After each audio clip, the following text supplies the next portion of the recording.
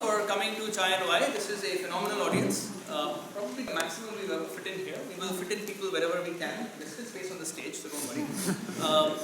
And before we start, since many of you are here for the first time, just to tell you that Chai&Why happens at least twice a month on the first Sunday of every month over here. Come rain or shine, there is somebody there. So don't ask, is Chai&Why on? It has been on for the last 8 years and we've not cancelled a session.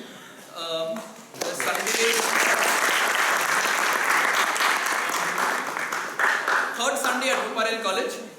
third Sunday at Ruparel College, and if the month has a fifth Sunday like this month, we will have it at Alexandra School in Fort. So at least 2 a month and perhaps 3. Okay.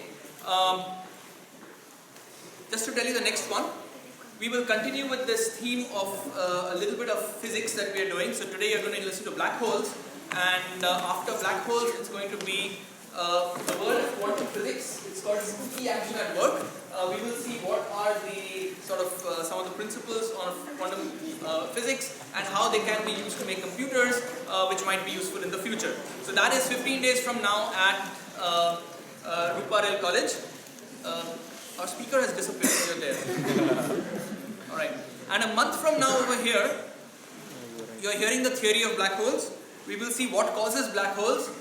We have one of our youngest faculty members, Poonam Chandra. She is at the National Center for Radio Astrophysics in Pune, and she's going to come down. She works on supernovae, and she's going to talk to us about a violent universe, hints from a crime scene. Since we cannot go to the places where these events are happening, how do you sit on Earth and be a Sherlock Holmes and figure out what is happening in the universe far away, especially for all these violent events like supernova explosions, which can cause black holes.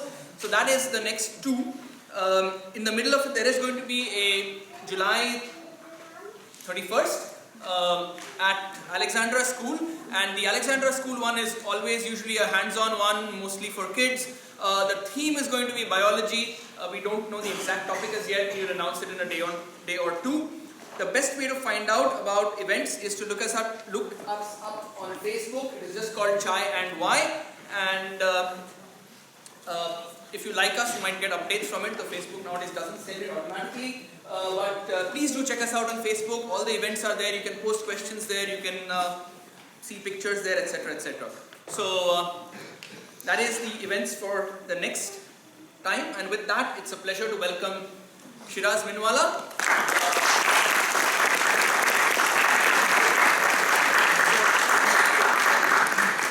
I could, of course, introduce Shiraz as a renowned faculty member in TIFR and all that stuff with all his awards, etc. But Shiraz and I go back a very long way. We're from the same school and we were on the same debating team in school. So we've had our fights before. And it's a pleasure to welcome him. He is a theoretical physicist at TIFR, works on string theory. Google him for the rest of it. But today it's all his right now to talk about black holes.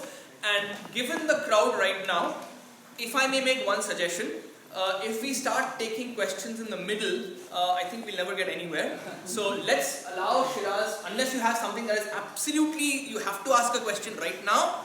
If it's just some clarification you need, let's just allow him to give his little half-an-hour thing, and then of course we'll take I'm sure there's going to be lots of questions, so we'll take it from there. Okay, Shiraz? Okay, all yours. Arnab, I think you also have a device like this. Oh, yes. Can you put on silent or switch it off? Yeah. Please keep these devices on silent. And no videography, no photography, no recording. I am allowed to take a picture. We are officially recording it, so put on the YouTube. We'll put this on YouTube ASAP. But Prithvi Theatre doesn't really like people taking pictures inside, so kindly respect that. And enjoy. Okay. Thank you very much. It's great to be here. It's great to see all of you. Thank you for the introduction. Okay. The topic for today's talk is black holes. This, as many of the pictures in my talk, will be artists' impressions of black holes. Okay. These are not photographs somebody has taken from near up, like Arnav plans to soon. And you'll see why.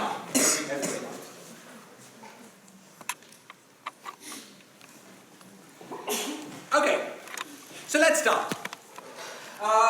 The story we are outlining began just a little more than 100 years ago. But 101 years ago, when Einstein discovered his now famous general theory of relativity. Einstein's general theory of relativity was a new theory of physics, but more than that, it was a new framework for physics. It did what the best new developments in physics do, that is, change the terms in which we thought about physics. And the terms in which the change happened with Einstein went as follows.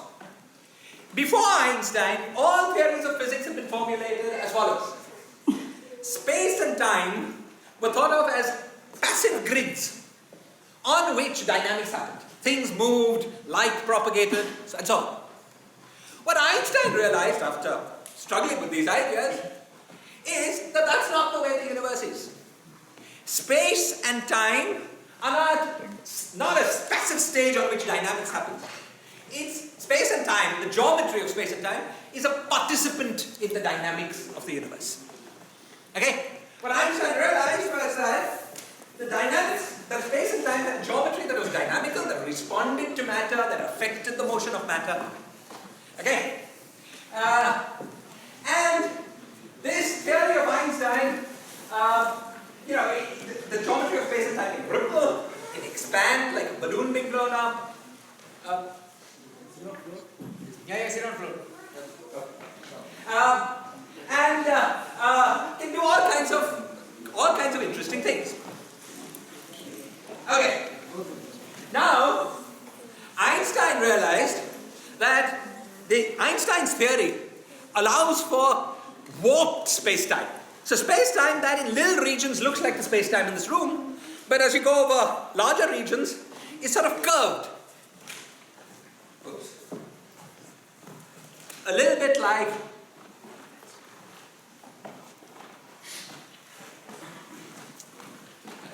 you see in this picture. Imagine ordinary unwarped space-time as a flat sheet. When something is put there, it causes that sheet to curve. That's a little bit like how space-time reacts to the presence of matter. When this warping of space-time was small, it turned out that the effect of this warping of space-time was the same as having unwarped space-time, but a force acting on all particles. And the law for that force that you could derive starting from Einstein's equations turned out to be the same as Newton's law of gravity. So, weakly warped space-time, we already knew about, but we hadn't realized we knew about it. Weakly warped space-time was simply results in this, things falling, according to Newton's law of gravity. Okay? However, Einstein's great accomplishment was not rewriting Newton's theory in terms of some warping of space-time, in getting a whole new theory which reduced Newton's equations for weakly warped space-time, but predicted a whole host of new, qualitatively new phenomena away from this weakly warped limit. Okay? Two of these phenomena will play a role in this talk. One of them is gravitational waves. The fact that space and time is dynamical allows you to set it vibrating and allow these vibrations to move, just like light moves. Light is a vibration in the electromagnetic field. In the same way, there are vibrations in the fabric of space and time that move at the speed of light. These are called gravitational waves, and we'll briefly allude to them in this talk. But the most important thing, the phenomenon that we will be focusing on is this thing called a black hole. It's a new object that exists in Einstein's theory of general relativity that in some sense has no real counterpart in the Newtonian theory, and that's what this talk will be about. Okay, so let's learn a little bit more about black holes. Einstein published his theory of general relativity in 1915, and a few months after the publication of this theory, Einstein is famously quoted as saying that my equations are so complicated that no one will ever find an exact solution of these equations. Great men are often wrong. People who are never wrong are cowards. If you don't have the courage to speculate wildly, you'll never be wrong, but you'll never say anything interesting. Okay. Einstein, like all great men, was often wrong. He was wrong about this. And he was wrong very spectacularly in the sense that a few months after his paper, Schwarzschild, a physicist named Schwarzschild, found an exact solution of Einstein's equations. It's the first non-trivial exact solution to these equations. And this solution was a very interesting solution. It's what this talk is about. Okay? This solution described a highly warped lump of space-time sitting somewhere. The solution, which we'll see, understand in more detail as we go along, is now called the black hole. Okay. Now this is a very strange kind of solution. The solution of Einstein's equations describes is spherically symmetric. So there's a particular point in space about which everything is rotational symmetry. Okay? When you go far away from the solution, space becomes flat. So it's an object sitting in flat space. As you go nearer to this point, the warping of space-time becomes more and more and more. And there's a sense in which space-time becomes infinitely warped as you reach this point. This point is called a singularity. Okay? The singularity is the most mysterious part of the solution. We don't understand it very well. Most of what I say in this talk will have nothing to do with this very warp. What was really strange about the solution, though, was that there was a whole region around the singularity, a big chunk of region, where things are not locally. If you look at a little bit of space-time here, nothing seems weird. We put it all together, there's something very weird about this whole region. And the thing that's weird about this region is that space-time in that region is so warped that nothing that makes its way into this region can get out of it. At least according to the classical theory of general relativity. Okay. If you're in a rocket, you get in here, according to classical general relativity, there is nothing you can do to avoid being pushed to the singularity. No matter how fast you power your rocket, you can't make it outside again. Okay? Now, I want to explain this a little better with the help of a visual impression. So everything I've said so far has been correct. Now I'm giving you what is roughly an analogy to help you put some pictures to an abstract phenomenon. You should take this picture too literally. Okay? Actually, this analogy was suggested to me by my son when I was trying to explain black holes to him. He said, isn't it sort of like this? And I thought it was a pretty good analogy. So let me explain it. Suppose you've got a lake. Okay? With a surface that is largely flat and the water is largely at rest. The analogy is going to be that the surface of the lake is space and time, and the flat surface is unwarped space-time. Flat surface, not moving water, is unwarped space. Okay? That's what the lake is like when the gravitational field is 0 or very small. Okay? Now, the black hole solution in this lake is like a whirlpool in this lake. It's a solution with a point into which water is flowing. Imagine water disappearing into this point. It's like a sink of water. Okay? As you go nearer and nearer to the singularity, the sink point, the water flows faster and faster. Okay? So everywhere water is flowing, but it's flowing very slowly here, so you can't really see the difference between it being at rest and on. Once you go nearer and nearer, it's flowing faster and faster and faster. Okay? Now, the key thing is that there is a certain region, this dark blue line here, after which the water is flowing faster than the speed of light. You should imagine the fabric of space and time sort of moving, in some sense, faster than the speed of light. Now, there is something that we think we know about the world. And the thing is that locally, nothing can move faster than light. Okay? So, suppose you get to this region, and you start running as fast as you can. No matter how fast you run, the treadmill on which you're running is moving fast into the singularity, faster than you can run. So no matter how fast you run, you're pushed into the singularity. Even if you take a torch up here, you're standing here, you shine a torch outwards. The treadmill on which the torch is running is moving faster than it can go. So light shot outwards also just zooms back into the singularity. Okay? That's a little bit how things are like inside a black hole. There's another part of this analogy that's quite accurate, and that's this. Suppose you were in a boat and you were going into this whirlpool. Suppose it was a very big whirlpool. Okay? When you cross this blue line here, this event horizon, I should have said this, the boundary of the region of space and time, from from which you can no longer escape as a name. It's called an event horizon. Okay, suppose you pass this event horizon here. Okay, if you had all your windows closed, you may not notice that anything funny is happening. You know, you're on the boat, you're enjoying your dinner, you keep eating your dinner, nothing particular happens. However, now you try to accelerate out, you find you can't get out. What I mean to say is that local physics is unaffected. It's not particularly strange at the event horizon. It's just that if you want to make it out to some faraway point, you can't do it. Okay? That's how a black hole is. The event horizon, according to general relativity, is not a very special place. Okay? Locally.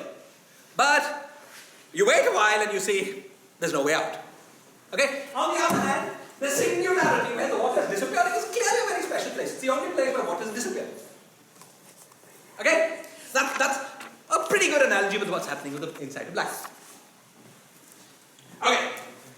Now this was a solution to some mathematical equations. It's a weird solution describing weird physics of the sort that we've not seen before. And the physicists by nature are quite conservative.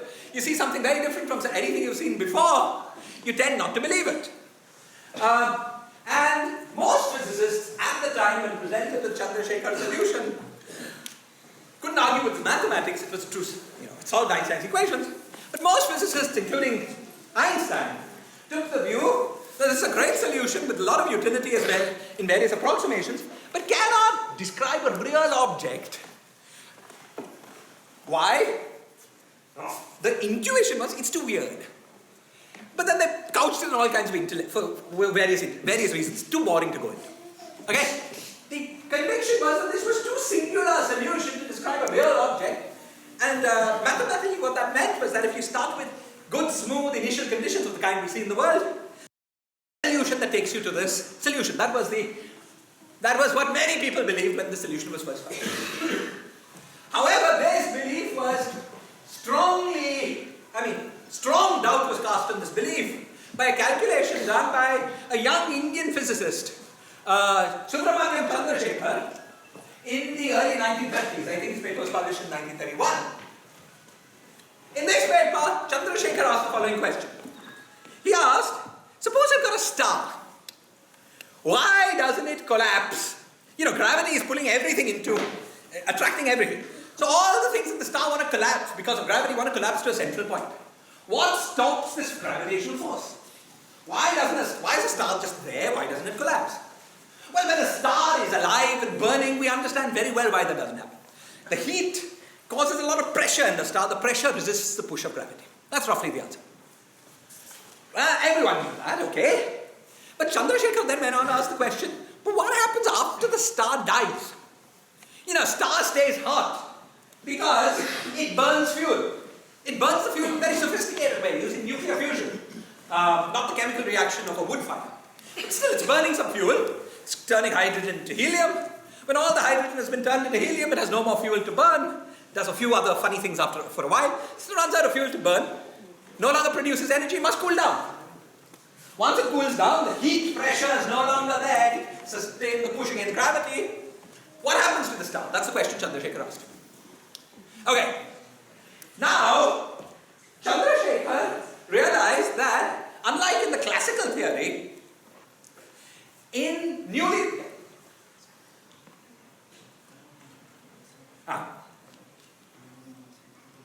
Sure. Shall I just stop? For a minute. Stop for a minute, yeah. More people are coming in, so we'll just wait. See, there are about 20 people outside. Given that we've accommodated all of you, I feel bad to say no to people. Many of them are sort of... Come on, let's make some space here. Just squeeze in something. Okay. So we started the talk, but as a very quick recap, we're talking about black holes. I started the talk by reminding everyone that about 101 years ago, Einstein taught us that space and time were dynamical, and that warping of space and time resulted in what we'd known for a long time, namely Newton's force of gravity. But that this reduction of warping in space and time to Newton's force of gravity was correct only at very weak warping. Einstein gave us a complete theory of warped space-time, including strongly warped space-time, which had new phenomena absent in the Newtonian theory, new objects absent in the Newtonian theory, and one of these objects is the focus of this talk, namely black holes. Later. Okay. Okay. Okay. Now, a black hole was a solution of general relativity found by Schwarzschild a few months after Einstein's publication of his theory of general relativity, describing a lump of space-time with a particularly funny point called a singularity, in which space-time was infinitely warped, but most interestingly a region around this lump, okay, where locally space-time was not funny, but the whole solution was such that once you got into this region you could never get out. We described a little analogy for thinking about this in terms of a whirlpool in a lake, water is flowing in down to a sink point in the singularity. Water flows faster into the sink as you go nearer to the singularity. There's a region around here when the water is flowing faster than the speed limit, faster than anything else can go, faster than the speed of light. So if you're in a boat, once you get here, you zoom towards the sink, no matter how fast you power your motor, because even if you move as fast as you can, the treadmill on which you're running is moving down faster than you can run. Okay. I described how Einstein and many others appreciated Schwarzschild's mathematics but thought that the object he was describing was not physical. And I was just describing how that view slowly had to undergo revision. And the first really important step in the process of revising that view came from the work of a young Indian physicist called Subramaniam Chandrasekhar, who asked the question, what happens to stars after they run out of nuclear fuel? You see, stars are very massive objects, and gravity is trying to scrunch all the mass together. All the mass will just be scrunched together unless something opposes gravity. And Chandrasekhar asked, what could possibly do that opposition? Okay, when the star is hot, the pressure caused by heat pushes back against gravity. But when the star cools down, runs out of nuclear fuel, what could do the job? You know, within the classical theory, there were basically, for neutral particles, there were no options. It was quite a mystery. However, when Chandrasekhar asked this question, quantum mechanics had just been invented. And Chandrasekhar realized that the quantum theory has a new source of pressure even at zero temperature, even when things are as cold as they can get, for objects that are called fermions. You see, fermions have this famous property, something that goes by the name of Pauli's exclusion principle, which tells you that fermions don't like to sit, no two fermions can be in exactly the same state.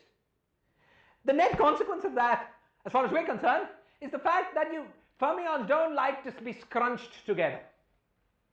Okay, because scrunching them too near together would almost be putting them in the same state.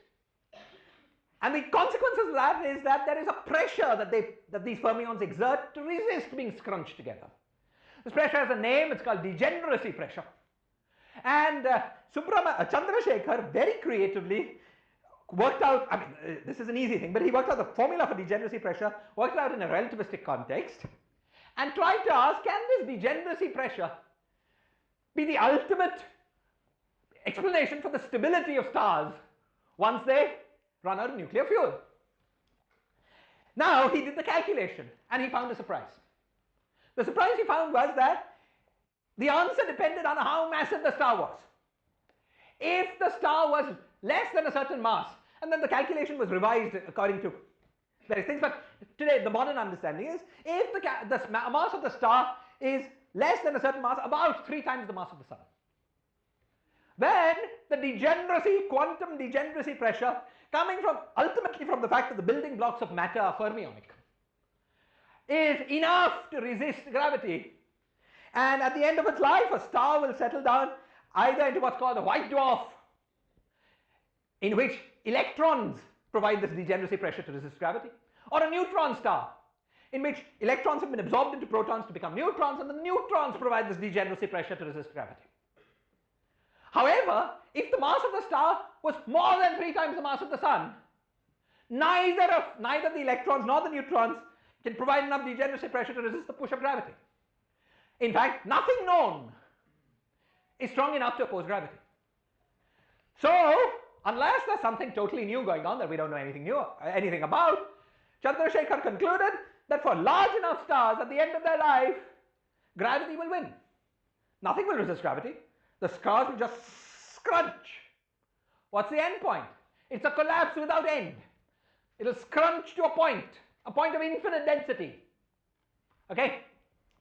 And at the end of that scrunch, no matter is left. It's all disappeared into this one point. What's left behind is warped space-time. And Chandrasekhar guessed or intuited that this warped space-time would be Schwarzschild solution, the black hole. Okay? So now Chandrasekhar had an idea, black holes, if Chandrasekhar's idea was right, black holes are not just physical, they're ubiquitous. Because in the universe as we know it, in the visible universe, there are about 100 billion stars. If some fraction, let's say 1/100th of these, at the end of their lives turn into black holes, it means there must be a billion black holes in the universe. Plenty of them. Okay? Okay. So as I said here, no known force, can stop the collapse of a sufficiently massive star into itself. The matter crunches into a singularity of infinite density, leaving behind a black hole. But if this idea is correct, there must be plenty of black holes in the universe, roughly the same number as heavy stars. Now, this sounds like one of these theoretical ideas. Do we have direct evidence for the presence of black holes? You might think it's pretty hard to get evidence for the presence of black holes because the region inside a black hole is black. Nothing can escape out of it. So, how do we see what's inside a black hole? Because we can't really see what's inside a black hole. But as I will explain in more detail in a little while, black holes are very compact objects. And because they're so compact, even though you can't see what happens inside a black hole, the physics of stuff moving just outside the black hole is pretty weird. Matter that's there can get accelerated to very high energies and radiate radiate quite intensely. So, even though you can't see outside a black hole, you can see the impact a black hole has on matter as the matter is rushing in to be absorbed into the black hole forever. This can be observed and plausibly has been observed, probably has been observed in many candidate black hole events. Okay? So, although you can't directly see what's inside a black hole, you see evidence that there are plenty of black holes in the universe. Astrophysicists, observational astrophysicists of the last 30 or 40 years have studied plenty of objects that are almost certainly black holes, characterizing them completely. If you look up the Wikipedia page on astrophysical black holes, you'll see lists of black holes with their masses, their spins, the mass of their companion stars and so on, built out of years and years of observational work. So we have very good indirect evidence, observational evidence, for the existence of these black holes. However, things just got better. Last year, the LIGO experiment saw a much more direct signature for the existence of black holes. What they saw was this, it's about 1.3 billion light years away. Long ago, far away, there were two black holes orbiting each other. How does that happen? It was probably a binary star system. Each of the stars was so heavy that at the end of their lives, both became black holes. Okay? Now, as they orbited, they spiraled into each other because they were emitting gravity waves, losing energy. Okay? And as this continued, at some point they came so near to each other that they banged. That bang was a very powerful event. An event that lasted a very short time, about 100th of a second. Okay? In that time, it released 3 solar masses of energy. 3 times the mass of the sun was converted to energy according to Einstein's famous formula, E is equal to mc squared. Just to give you a sense of the scale of that, let me remind you that our sun also releases energy according to that same Einsteinian formula, E is equal to mc squared. It converts some of its mass into energy. in its whole career, in its whole life of about 10 billion years, the sun will convert about 1% of its rest mass into energy. These two black holes converted 3 times the mass of the sun, so 300 times as much as the sun will in all its lifetime. They did that, they converted that into energy in about 100th of a second. Okay. If you compare the energy of radiation, the energy of gravitational wave radiation from this, the intensity of radiation, energy radiated per unit time, and you compare that to the sun. Actually, I've given you all the numbers you need to do that calculation. You do that calculation, you will find that the intensity of radiation from these black holes, only for a very short time, but when it was doing it, was about 10 to the power 22, larger than the intensity of radiation from our sun. Our sun is a pretty hot object, okay? It's giving us a lot of energy. This is 10 to the power 22 times larger than that. What is 10 to the power 22? It's 1 with 22 zeros.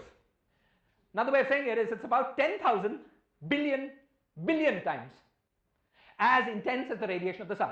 Another way to get a sense of that is, as I've said, there are about 100 billion stars in the visible universe. If we estimate that each of these stars is radiating about as much as the sun, then the intensity of radiation during the collision of these two black holes was about 100 times. More serious analyses put it about 50 times. 50 times the combined intensity of all the stars in the visible universe put together. Quite an event. Okay, these two came and boom. Okay, now this event was detected by the LIGO experiment by measuring the gravity waves that came out of that.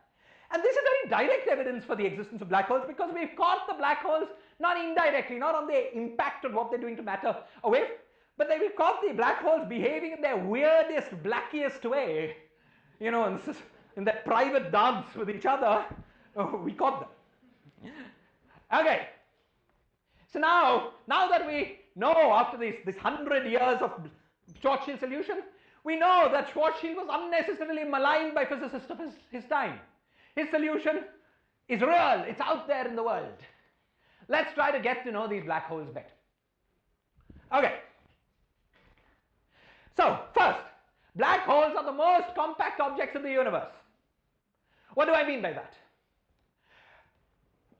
What I mean by that is this: if you have a certain amount of mass and you want to fit it into a certain region, there is no object in the universe that can be made smaller than a black hole of the same mass. You give me a certain amount of mass and say squeeze it up as much as you can. You cannot do better than squeezing it up into a black hole. Okay? That's the first special thing about black holes. Okay. The second thing I want to tell you about black holes is that they're very simple objects. You see, let's say this pointer is a very complicated object. It's a very complicated object because it's made up of, I don't know, 10 to the power 22 atoms.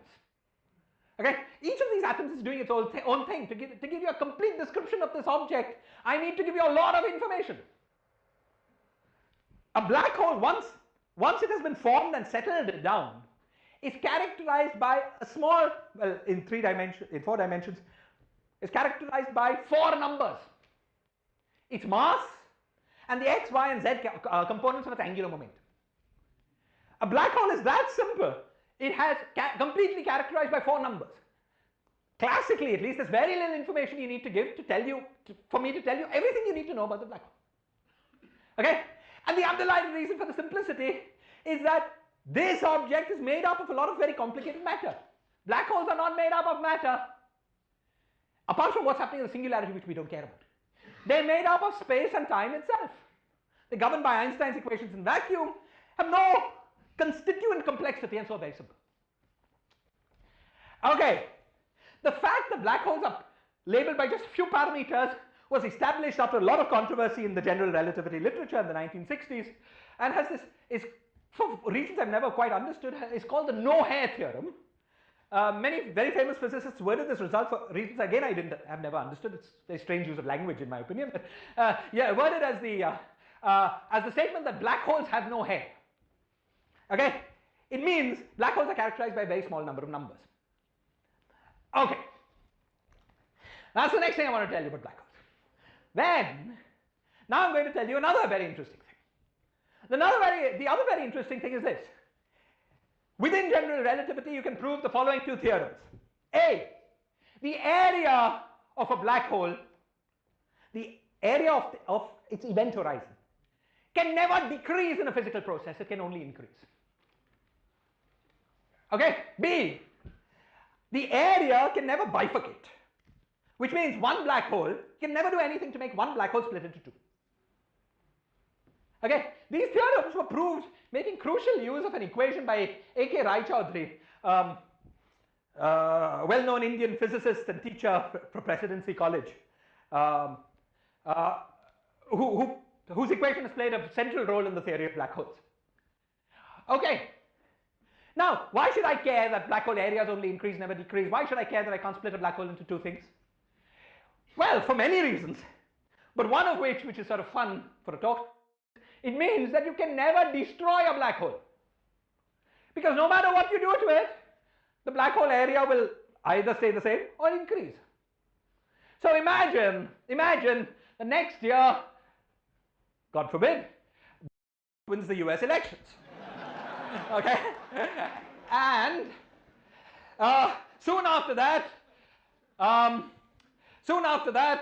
ISRO detects a black hole coming straight at the sun. It's going to gobble up the sun if it reaches there. We have to do something about it. Okay? Unleash the US missile fleet at it. So all these ICBMs go to the black hole and boom, try to blow it up. It won't work, it just makes the black hole bigger. The black hole will absorb the energy from the explosions and feed on it. Actually, in this kind of situation, the only hope we have is of diverting the black hole. We can't destroy a black hole, but we can knock it off course. That would be the sensible thing to do. Hopefully, we will not encounter this situation. But just as advice in case we do. Okay. Okay. Black holes become even more interesting and mysterious. Okay, so I've told you about the classical properties of black holes. There's a lot to say about this subject, okay? It's a subject of great interest, very dear to my own heart and that of many of my colleagues in TIFR. There's a lot to say about it, but we're running out of time. So let me move on to things that are, in my opinion, even more interesting. Hey. Now, everything I've told you about so far has been about potentially measurable things about real astrophysical objects that are out there. LIGO really measured these black holes when they banged into each other. Okay? Now what I'm telling you about is going to be more theoretical, more in the realm of thought experiments, more like the experiments that Einstein did when he was a young man, and sitting in a patent office where he would ask himself, what would happen if I got on my bicycle and cycled near the speed of light? What would I see? This is the kind of experiment Einstein could never do. No Tour de France cyclist could do it. But thinking about it led him to unveil a new layer in the structure of the universe. Thought experiments play a very important role in physics. So now we're going to start doing various such thought experiments. Okay, so black holes, it turns out, become even more interesting and mysterious when combined with quantum mechanics. Everything I've told you so far is about classical properties of black holes. In the 1970s, it was discovered that black holes carry an entropy, and there's a formula for this entropy. I'm going to tell you in a minute what this entropy means, but first let's focus on this formula. This entropy is proportional to the area of the black hole. So the bigger the black hole, the more the entropy. Entropy, this should have been h bar. Okay, the entropy is inversely proportional to Planck's constant. Because Planck's constant is such a small number, black hole entropies of reasonable area are very large. Entropy has the speed of light in it and Newton's constant in it. C is the speed of light, G is Newton's constant. Okay, actually this is a very interesting formula. One way of saying that it's very interesting is that it combines almost all of the universal constants of nature into one formula. It has the speed of light, which means it knows something with relativity.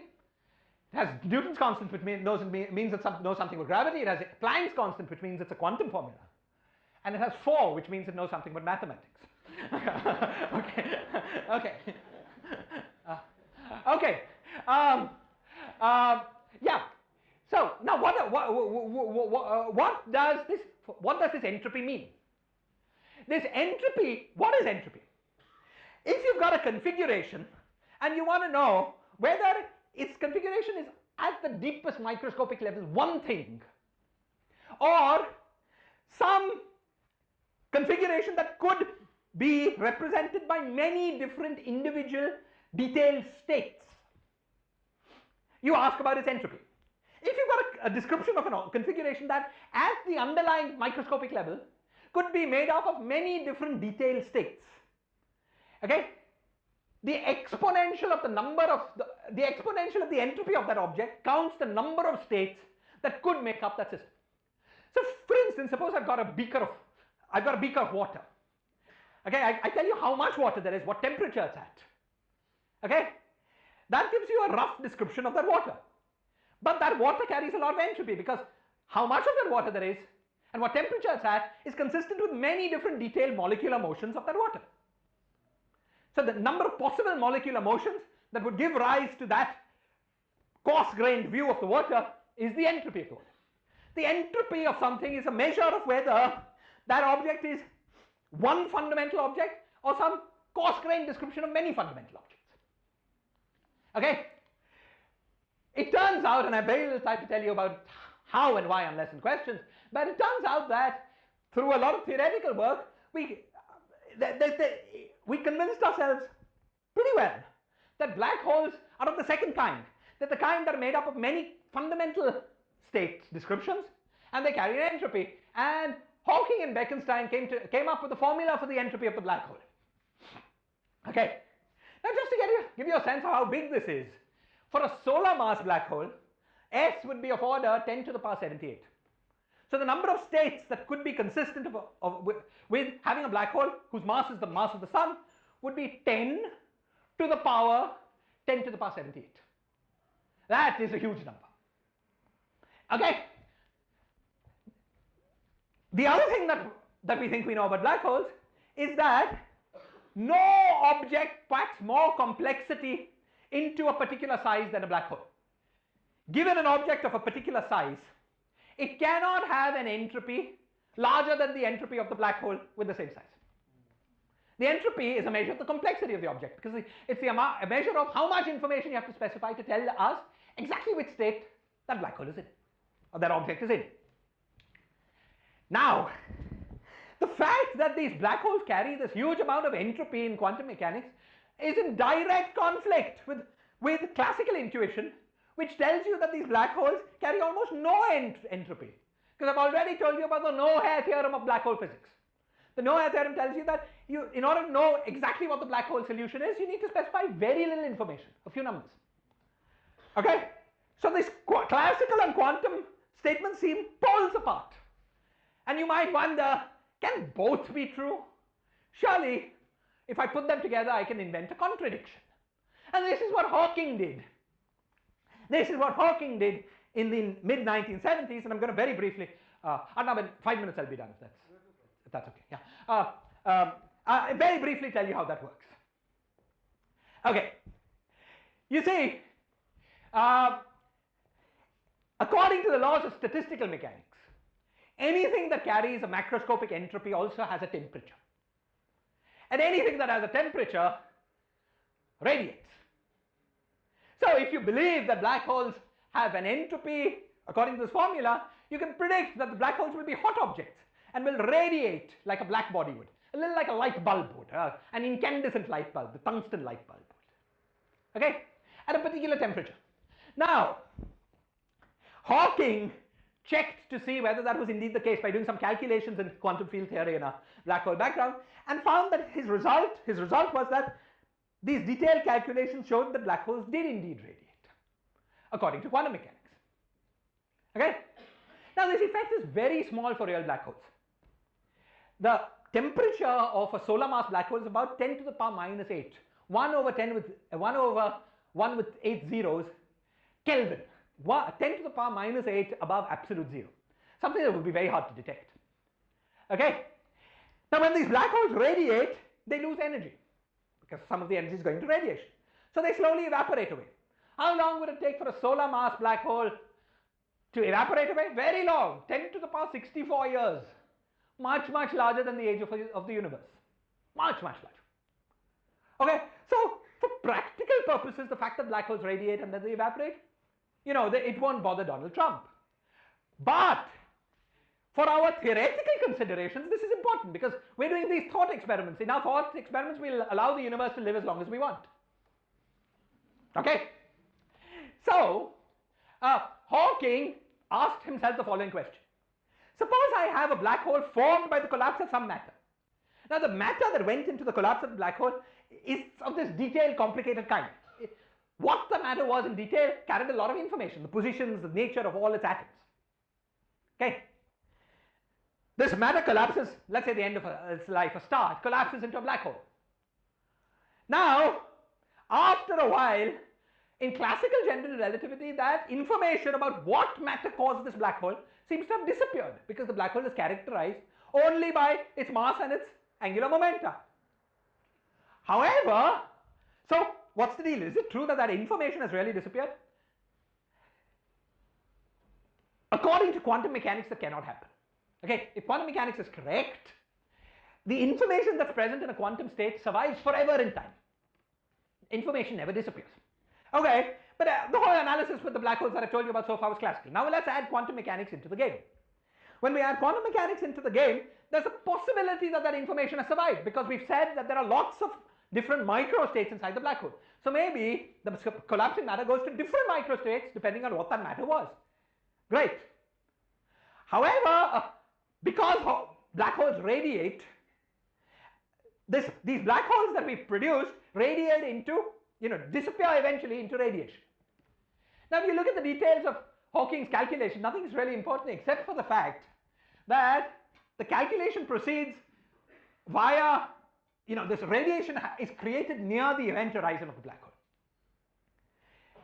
What happens near the singularity of the black hole, we don't know. But near the event horizon, we're pretty sure, at least classically, that all information about what matter went into making the black hole has disappeared. So if the radiation is produced near the event horizon, the radiation should not know anything about what matter went into making the black hole because that information is not there near the event horizon. So Hawking concluded, and at least in some approximation calculated, that different black holes made up of different kinds of matter would all end up producing exactly the same kind of radiation at late times. I emphasize that if you really wanted to do this experiment with a solar mass black hole, you'd have to wait 10 to the power 64 years. It's not a project you give to your PhD student. However, this is a thought experiment. We can wait as long as we want in our minds. Okay? So Hawking concluded that, look, when we put black holes and quantum mechanics together, there's an inconsistency. Information which, according to the basic rules of quantum mechanics, never disappears, has disappeared in quantum evolution black hole backgrounds. Okay? Now, quantum mechanics is fundamental to our understanding of the universe. It's the basic language in which all of physics is written today. So, this seems like a surprising conclusion. What are the possibilities? We seem to be left with two options. A, black holes force a modification of the rules of quantum mechanics. That would be fantastic, except it would require us to rewrite all our textbooks. Okay? And maybe it's true, but okay. B, the information of the structure of the structure of what formed the black holes is imprinted into the Hawking radiation by some as yet unknown mechanism. One of these two must be true. There was a famous bet on this between Hawking and Preskill. Hawking famously bet that A would be the case.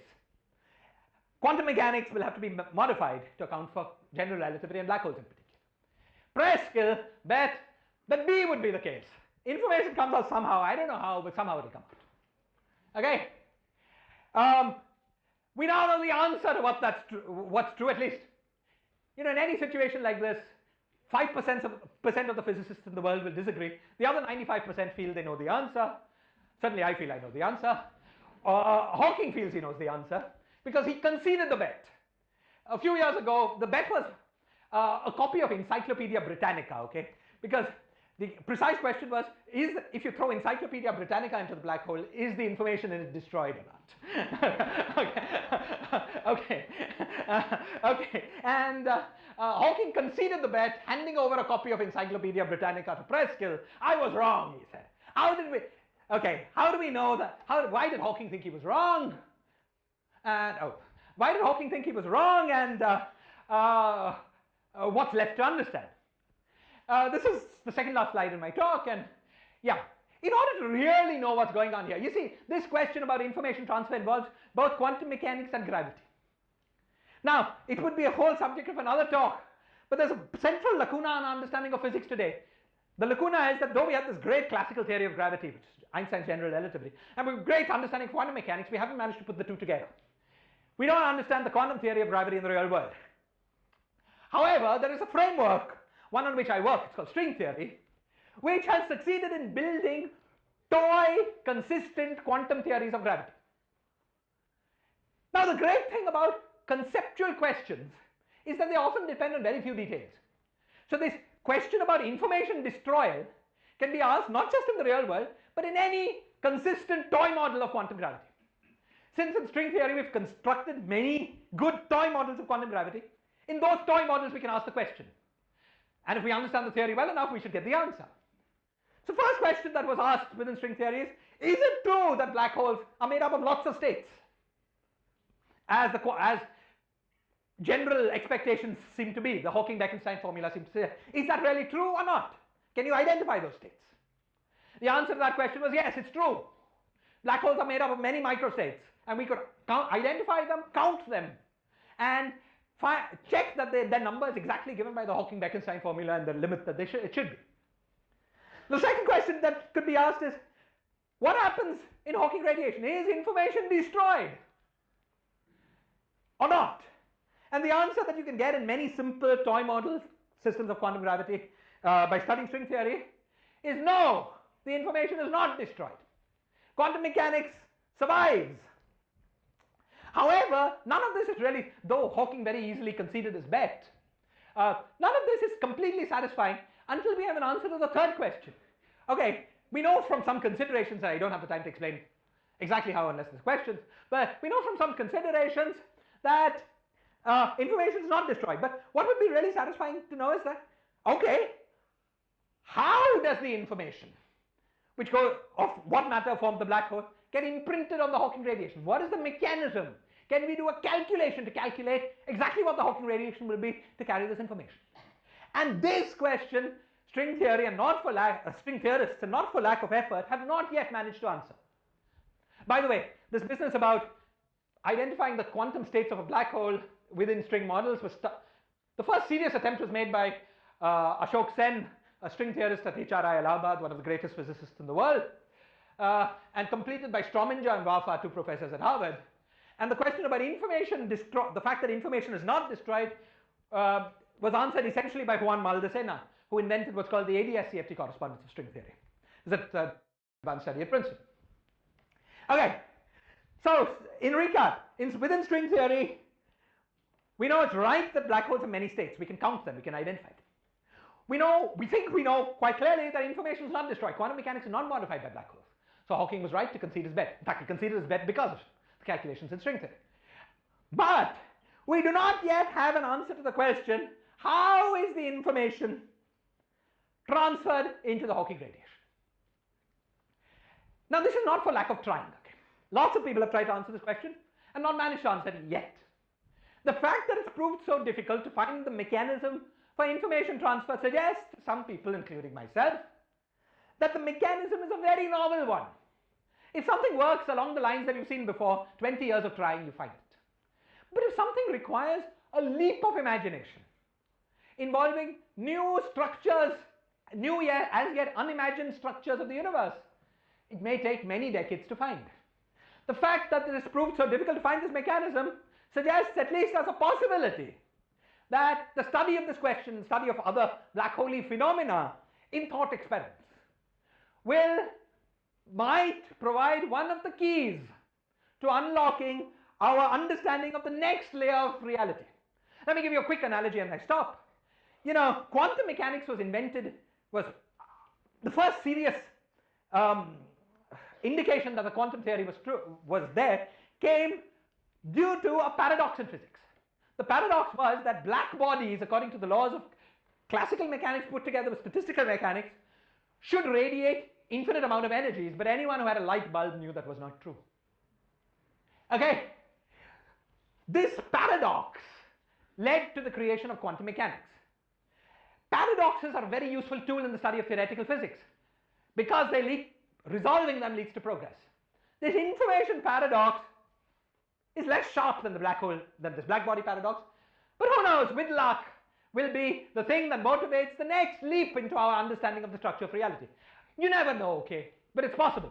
So it's possible that these funny objects that Schwarzschild discovered a few months after Einstein's original theory actually are even more important than they seem. They may hold the keys to understanding the universe at the next level of intellectual complexity. Thank you.